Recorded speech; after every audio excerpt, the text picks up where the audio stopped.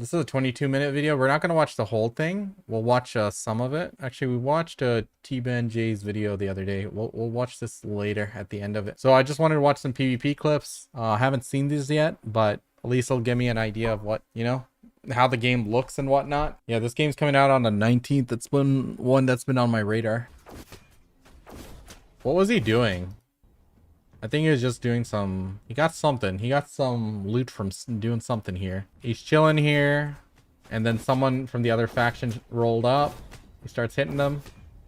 Doing very little damage. Is that a tank or something? Another dude comes up.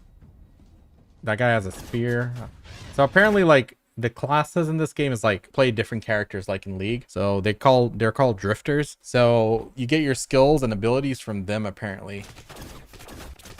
And then you can do your own build for like weapon, armor, legs, and all that stuff. So that's where the customization comes from. Oh my god, this guy's just like an ADC. How did those guys just die? What is this? Is this the clip, my dude? You just ate those guys. Okay, there's more people coming in. Okay, that guy's a mage. Froze him. Did nothing after that. Now there's 3. Okay. Now it's 1vx. So those balls are one of the drifter's abilities. Oh, he just popped something. He just popped some big DPS right there and just turned around and shredded them. So this game isn't like full loot PvP, but there's a chance for items to drop when people are killed. So it's not everything drops, but some of them. Okay, this guy's just like deleting them like mobs. What the hell is this? This one is also a short clip. Apparently it's also a ZVZ. At 2:30 p.m. local over the South China Sea. No, I don't want to watch no... I don't want to watch no China video. Stop it. All right, so this is an agility drifter. His build is down here. He uses some sort of axe. Okay, he's coming in. Oh, that's a big clump. He just deleted everybody. What the hell? So I think they were looting this chest or something. So it's like these objectives that you go for with a big group. And yeah, dude just jumped on him and just spin to win. Actually just spin to win. Looks like this is some node capture thing or something. How is this guy deleting them like this? What the hell? Oh, if he just waited a little bit, just a few seconds, he could have got the serious big clump there. Live, dude. Keep your loot. No, he's going back in. He's going back in. He's in stealth. That's the big clump. That's the main ball. They had some defensives up, but he still ate. Dude, this is... That's kind of a bit much. This is called Warborne. It's coming out on the 19th of September. So in just 2.5 weeks, it's going to be free to play. And it's you can earn the currency to unlock new drifters, or you can buy it. You know, the same League style, MOBA style. This is a video about 19 minutes long. This is by Jonah Vale Gaming. He's talking about what Warborne is. Let me see this other video I have. I don't think I'll watch the full video. I saw a video of T-Ben J the other day, so we'll probably not do that video. I don't have too much time, but we'll keep it open just in case we do have time later. But this is Warborne Above Ashes. What is it? By Jonah Vale Gaming. We might increase the speed just a little bit because I'm pretty slow when going through these videos and I want to get these moving a little bit. Let's see how the pace is going and then I can adjust the speed as we go. This game is called Warborne Above Ashes, and while you can't see it very well here, this is the best way to see it. We're currently on an 8-day playtest. And basically we were on one server and then we jumped to another server because the factions were locked. This game is faction based. So you pick one of 5 or 6 factions and then each faction has their own map, and then you fight for territory against the other factions as well as for your, what is it called? Your guild. What are those called? Something. Well, he'll say it. I'll remember then. Blah, blah, blah. But anyway, the way the game is supposed to work, at least at launch, is that we'll have a faction here. I can put my cam on actually. We'll have a faction here, a faction here, a faction here, or a faction here, a faction here, a faction here, a faction here. Basically, it's supposed to be 6 factions. Right. And the goal of the month-long campaign, it's supposed to be a month or 3 months. I'm not sure. I think a month. Is whichever faction pushes through to the middle. And I think it's going to be like season based, and then they're going to implement catch-up mechanics as the seasons go on, so people can join in mid-season as well. Controls this citadel or stronghold, becomes rank 1 faction for the season. Their faction becomes locked for the next season, so no one else can pick that faction. So if they want to keep winning, they have to do it with their same faction, which makes for an interesting like King of the Hill mechanic between seasons, which will give some permanence to the game. Interesting. And now you're like, okay, wait, what do you mean seasons? So I don't know the exact details of what goes between the seasons, but you do have stuff you carry over like cosmetic banner. Hold on. When was this? This was from 5 months ago, so things must have changed. Maybe We'll see what we can skins. see. There could be a bunch of stuff. I'm not sure what carries over, but there'll be some progression that isn't your character that's going to go through the game and through the seasons. The other really cool thing is that this game is just taking a lot from Albion, just a lot. So when people are constantly gonna be like, oh, is this Albion? Is that Albion? A lot of this game is Albion. Okay, 100%.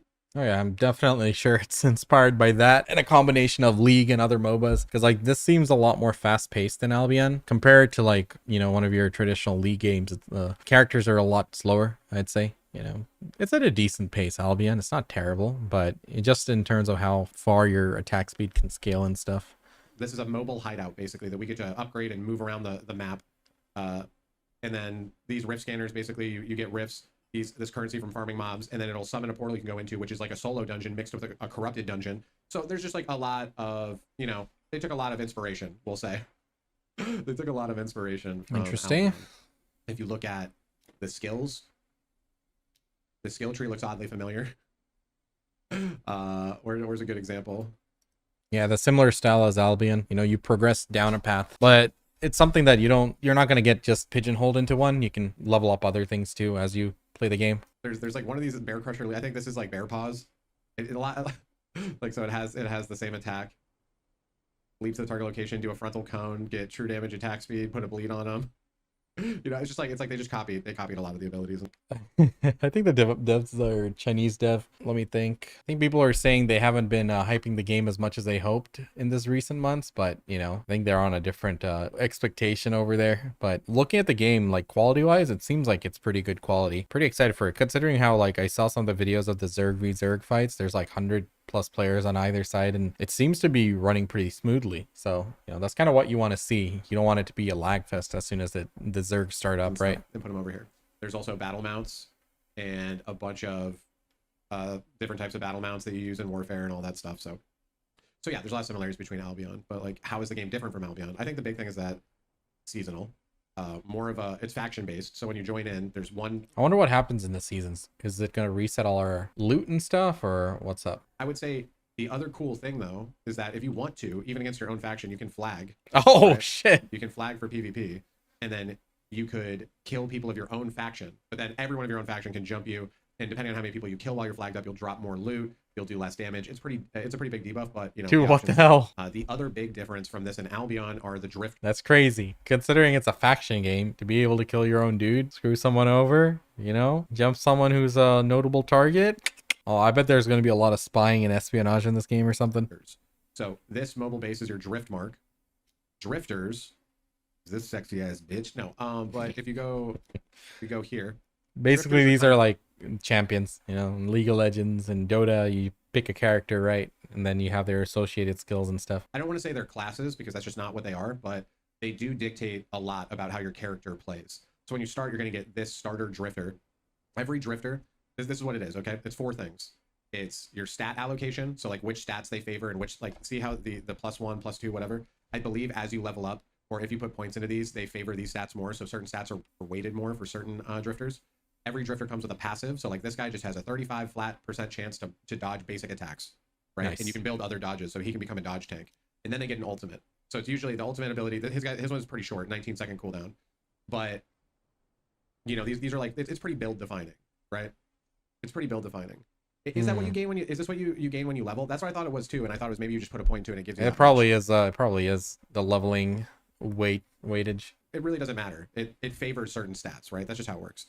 And then these stats do different things. So you have strength gives you HP and block. Sure. Agility gives you attack speed, tenacity pen, basic attack bonus, and crit rate. And then intelligence gives you max MP, skill cooldown rate bonus, and skill bonus. So abilities. Yeah, I'm looking to play something which either something that excels at 1vx or something that's a bow and like with stealth or something. We just saw this one clip of a bomber who used a spin to win axe drifter. Well, he had a 2-handed axe. I don't know if the weapon is dictated by the one you equip. I'm pretty sure that is the case. So he did the spin to win shit and just bombed like huge Zerg groups. Deleted like 20 people. Like, that's wild. I wonder how the game's balance is. Apparently the balance isn't that bad. Down, physical attack, damage, speed, and crit, and then tankiness, right? And you can mix these stats. Whenever you level up your drifter, you can apply these stats to them however you see fit, you know, depending on what you're doing. And then so you basically level up your drifter. And then the way you make the rest of your kit is with the Albion skill tree, pretty much. Yeah. You know, Yep. figure out like, okay, I want to do cloth helmet. Which cloth helmet ability do I like? Blah blah blah. You know, and then they have legendary versions at the end, which have different E's. All of the purple versions have a different E effect as well. And then all of this. Oh, there's so many classes. So in Albion, your class is basically dictated by the gear you equip. In this, there's actual champions like in League that you can purchase over time by playing the game or by, cash shop. And that's also going to greatly influence what you're playing. So that's actually kind of like a class, but it's like a pseudo class. It's not like completely dictating how you play. But then there's also this entire tree and the stuff you're equipping that's going to come into play there. Staff trees have a passive. So your weapon's going to give you a passive. Your drifter is going to give you a passive. Every helmet in the game is a passive. So there's quite a few passives that get triggered based on your choices, and those passives are huge and game changing, and Nice. they'll define your build. So the way that you can customize is drifter, all of your gear loadouts, the abilities you pick on your gear, just like Albion, right? You have different abilities you can pick. There is mods, which I don't know what those are. I haven't got to them yet. Like our other characters did, but I think it's like stat bonuses. I have no idea. So I don't have it on this character, but the guild base has guild research that you as a group work on. And then you have your own personal research, so you can unlock a second drifter. So you're like, what, you mean like a second class? Basically, it's different than that. So I'll go on my other character so I can show you, but... So can you like not buy all the classes or something, or all the drifters? I don't know. Is it just gonna answer? I think I need to wait there. Okay, cool. But if I go on my other character, I can show you right Bro, here. what the hell is this? Okay, so up top, because I've already unlocked it right here, this is my main drifter, and then I have this drifter, and then you can eventually unlock a third one when you research it enough. And what that means is when you have these drifters and you have them out in it's like your team basically, okay? But when they're in your team, they get, if you have certain ones that are linked up, you get bonuses. So say if I had all three of mine unlocked and I had all three of these in there, whenever I have any of them out, I will get 10 and 10. So I guess that three group, the loadout thing, isn't the limit. You can probably have other drifters and then switch them out, I guess, maybe. Intelligence. Just extra stats, whichever ones I have out. As long as I have all three of these in my team, I get that. Or I could just have one of two of these, or 2 of 4 of these, and I would get extra 5% damage resistance. And there may even be more you unlock, where you can double up link buffs or something. I have no idea. But anyway, these are extra buffs you get for just having them in your team. But the real benefit to unlocking these drifters and having them in your team is that when you're out in the field, you can be like, okay, I'm on my AoE farmer. Someone pings you, hey, dude, I'm getting ganked over here. I need help. You can just swap to your other drifter wherever you are in a really quick channel, and then boom, you could be a totally different build now. Because your other drifter you have a loadout for, totally different equipment, different character, different stats, different loadout, different build. So you can theoretically go roam with 3 completely different situational builds that you swap between depending on what you're running into when you're out. That's cool. So that is even further customization, right? Beyond just the individual drifter with your loadout, you have...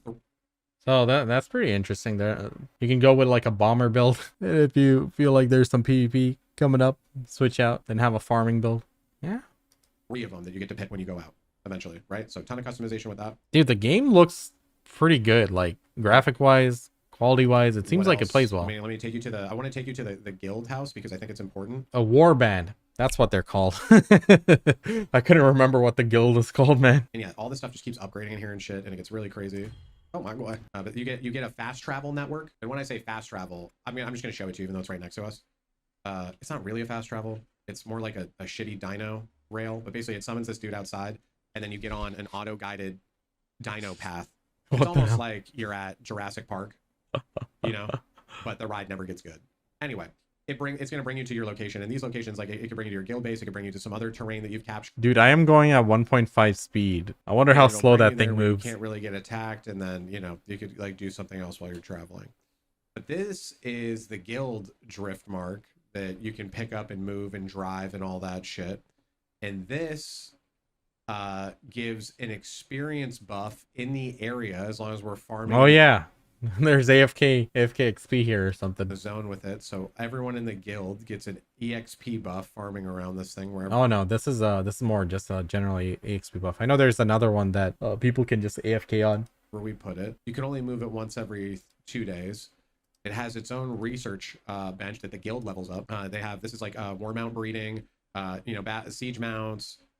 And like we're missing a ton of stuff as well, but yeah, so a bunch of guild progression you can do. This is where you actually craft. That's cool. You can have things that your guild focuses on. I wonder how they balance that out. Sometimes it just gets very meta driven, so you just all the guilds just go the same route, and that there's no fun in that. Yeah, so They're these either gonna try to little ally with- individual clumps, I believe your faction can like take control, your warband can take control of some of these little blocks, these areas as well. I wonder how that works. Are you fighting against your own faction or fighting against others? I know like faction versus faction, you're trying to expand with or fight with or whatever. And then the map slowly unlocks these harvesters and strongholds.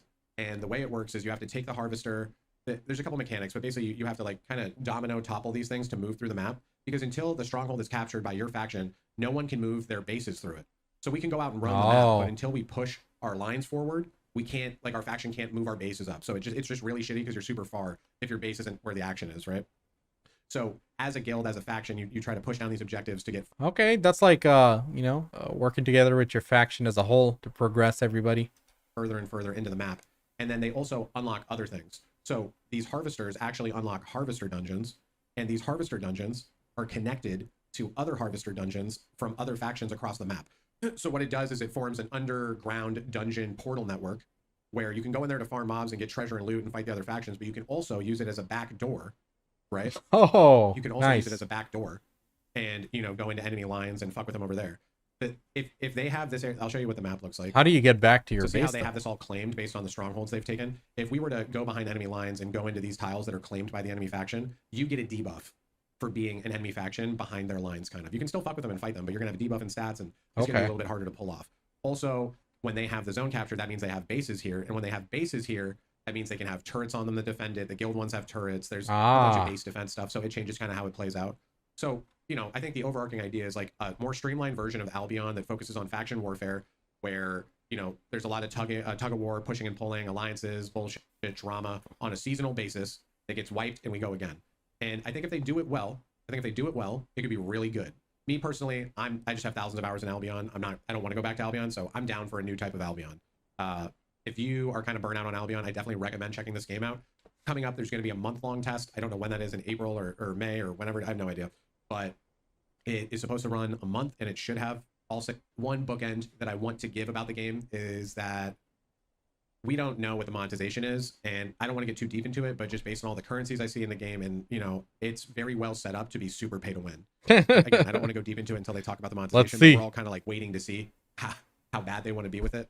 But yeah, maybe I should look up a more recent video on this. Pay to win. It could be chill and just not that pay to win as well. Like they could go a few different ways with it, but that's the big negative. If you really don't like pay to win, maybe hold out, wait out, and see what their monetization is.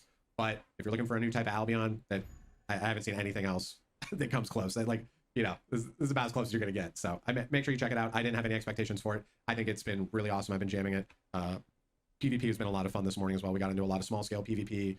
There's like corrupted dungeons where you can have little 1v1 fights. It's, you know, I think it'll be really good as long as they add good stuff and don't add all the shit we don't like. But, you know, time will tell.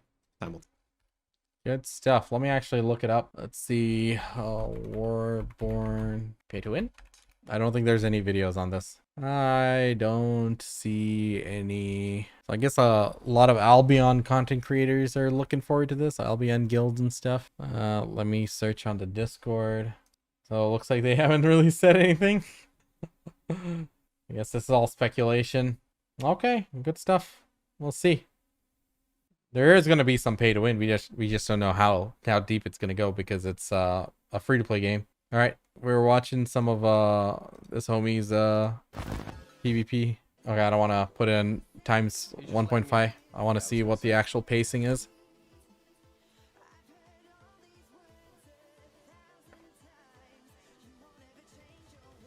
I remember seeing this other guy, his other video, and he was doing a lot of 1vxing with a specific build. Bro, loot pinata. I love it. That's just so satisfying to see. So this spinning skill he's doing with that spear, it just negates projectiles, I guess. If this game is excessively pay to win, it could be really bad, seeing how much 1vx potential there already is.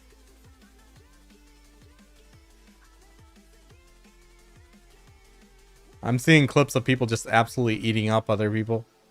These boots are so perfect for this situation as well. How'd that guy revive? Dude, that was so Pantheon right there. He dropped this trap that just keeps pulling him back every time he steps out of range. That's funny. Okay. Why is it running so quick? It's fabulous. Oh no, I'm logging in. I'm logging in. Oh no. I'm alive. That's funny. This dude, it seems to be like shooting out that poison cloud thing. I'm not sure if is it a dot? I think it has a dot on it. So it's trying to kite him down and just melt him down, but his HP is not moving much. So I don't know if it does much damage or he's just not built for it. Oh man, it's so tough. It's so tough. Good stuff. All right. Oh, gee, the civil war- What? He just poured it in and just got jumped.